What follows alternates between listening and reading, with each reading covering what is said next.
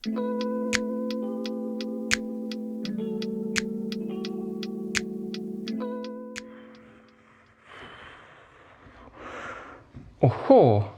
kas teie olete see kuulus vaimse tervise nõustaja doktor Endel Sokk? Mina jah. Kuidas ma saan teid aidata? Teate, viimasel ajal kuidagi muremõtted on kogu aeg peas, tuju on täiesti nullis ja mitte midagi ei taha teha. Kas teil oleks midagi soovitada selle vastu? Muidugi on. Purgitäis vaimse tervise vitamiine. Toovad naeratuse näole ja kõik muremõtted pühib ära. Olete aastaringselt naerupäevitusega kaetud. Ohoo, aga kui palju see maksab? Aga palun, see on täiesti tasuta. Aitäh! Just hakkasidki muremõtted kuidagi pähe tulema. Hakkan kohe tarvitama. Tõuse püsti ja soorita 10 korda kükist üles hüppeid. Kasuta käsi lisahoo andmiseks. Just. Ma vaatangi, et olete siia liialt kauaks istuma jäänud. Nii võivadki muremõtted ligi hiilida. Palun tõuske nüüd püsti ja hakake vitamiine manustama, et need saaksid imenduda. Tähelepanu. Tegemist on liikumissoovitusega.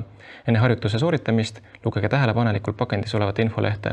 Muremõtete püsimise korral või harjutuse kõrvaltoimete tekkimisel pidage nõu treeneri või liikumisnõustajaga. Noh, läks see tuju paremaks. Võttis nagu naeratuse näole küll, jah? Kas poleks tore, kui selliseid vitamiine müüdaks samaväärselt koos teistega? Õige, jah. Neid ei saa ju müüa, sest sellised soovitused on täiesti tasuta ja kõigil alati kättesaadavad. Sealjuures sellise vitamiini mõju meie tervise hüvanguks ei saa jääda kuidagi alla teistele vitamiinidele, mida apteekides müüakse, vaid pigem vastupidi. Sageli just ületab neid. Ei, ma ei taha vitamiine maha teha. Igal ühel neist on oma oluline roll. Aga miks siis võrdlus vitamiinidega?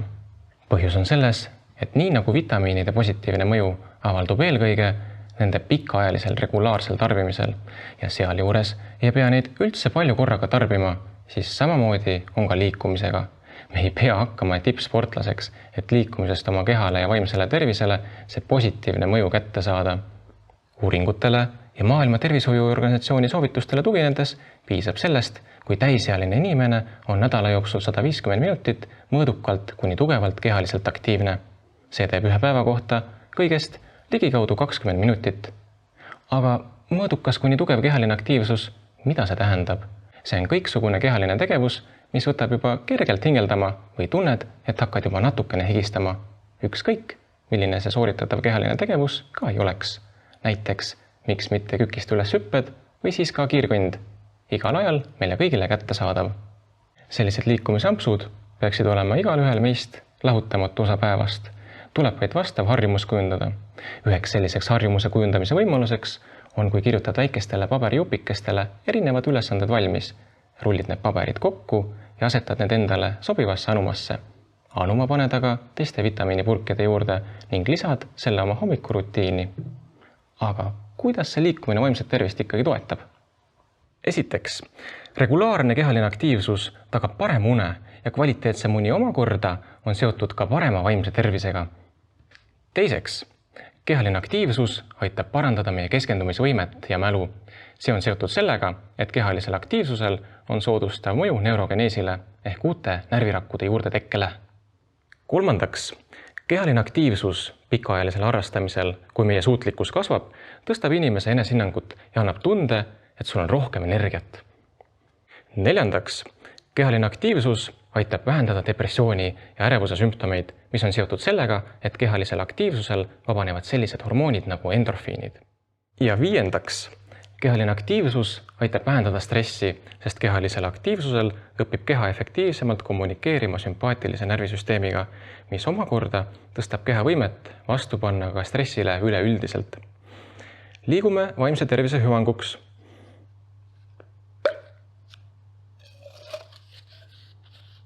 Soorita täna 20 minutit kiirkõndi.